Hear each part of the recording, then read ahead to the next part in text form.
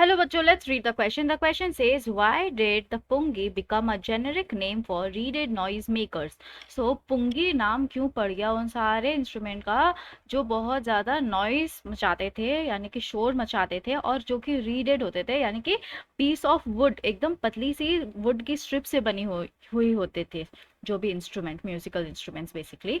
सो क्या की पॉइंट्स हम ध्यान में रखेंगे जब हम इस क्वेश्चन का आंसर लिखेंगे? फर्स्ट की point, loud and unpleasant sound was produced by the pungi. So pungi जब बजाया जाता था तो उससे बहुत ज़्यादा तेज और बहुत अनप्लीजेंट यानी बेसुरा सा साउंड निकलता था, प्रोड्यूस होता था. Second point, as it was made from a reed and produce noisy sounds, it became a generic name for reed noise makers.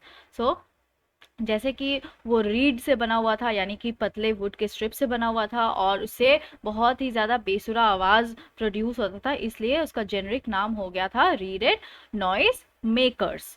Right, let's see अब इसका आंसर हम क्या लिखेंगे. So here we have the answer, और हम इसका answer ये लिखेंगे, loud and unpleasant sound was produced by the pungi. So बहुत ज़्यादा शोर मचाने वाला और बहुत तेज शोर मचाने वाला और बेसुरा सा बिल्कुल साउंड प्रोड्यूस होता था पुंगी बजाते वक्त.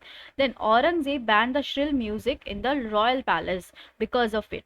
और जो औरंगजेब राजा थे उन्होंने उसके बेसुरे आवाज़ के लिए ही उसे दरबार में बैंड कर दिया था, बजाने से मना कर दिया था, है ना, इस उसके बेसुरे साउंड के लिए.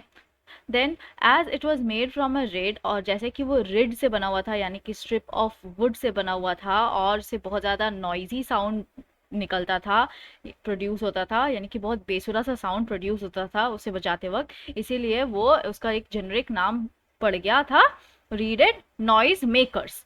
Let's frame the answer now. Loud and unpleasant sound was produced by the Pungi. Aurangzeb banned the shrill music in the royal palace because of it. As it was made from reed and produced noisy sounds, it became a generic name for reeded noise makers. I hope you understood it well. Thank you. Best of luck.